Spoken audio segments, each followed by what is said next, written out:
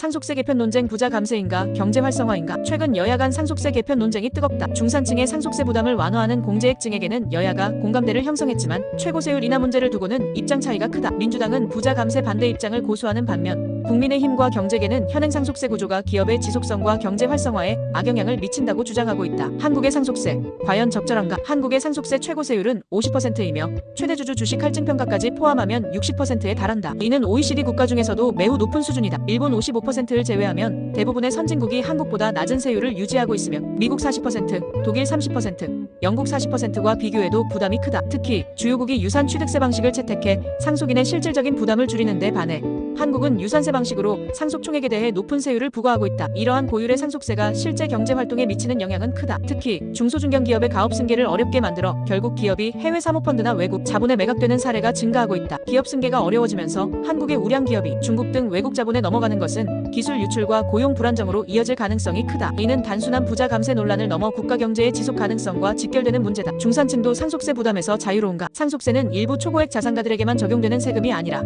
주택가격 상승으로 인해 중산층에게도 큰 부담이 되고 있다. 현재 상속세 일괄 공제는 5억 원으로 이는 1997년 이후 27년째 변동이 없다. 하지만 서울 아파트 평균 가격이 12억 원을 넘어선 상황에서 부모로부터 집 한 채를 상속받더라도 막대한 상속세를 부담해야 한다. 동거주택 상속공제도 6억 원으로 집값 상승을 감안하면 현실적이지 않다는 지적이 많다. 즉 부자 감세라는 프레임이 적용되기 어려운 상황이다. 단순히 자산가들만이 아니라 가업을 이어받거나 부모의 주택을 물려받는 일반 국민도 과도한 상속세 부담을 지고 있다는 점에서 상속세 개편 논의는 국민 경제 전반의 문제로 접근해야 한다. 상속세 개편안 현실적 대안은 무엇인가? 이에 대해 세무사회 등 세법 전문가들은 다음과 같은 개편안을 제시하고 있다. 상속세 일괄 공제 상향 5억 원에서 10억 원으로 증액, 상속세율 조정 각 구간별 세율을 5%씩이나, 동거주택 상속공제 확대 현행 6억 원에서 12억 원으로 상향, 유산세 유산취득세 전환 상속인별 실질 부담을 줄이는 방향. 이러한 개편안은 단순한 세부담 경감이 아니라 기업의 지속성 보장, 국민의 자산 형성 지원, 경제 활성화 등의 효과를 기대할 수 있다. 민주당의 입장 변화와 정책적 모순. 과거 이재명 대표는 기업 승계 부담을 완화해야 한다고 말한 바 있다. 그러나 최근 민주당은 다시 부자 감세 반대 입장을 강조하며 최고세율 인하 논의를 외면하고 있다. 이는 정책적 일관성을 해치는 행보로 보이며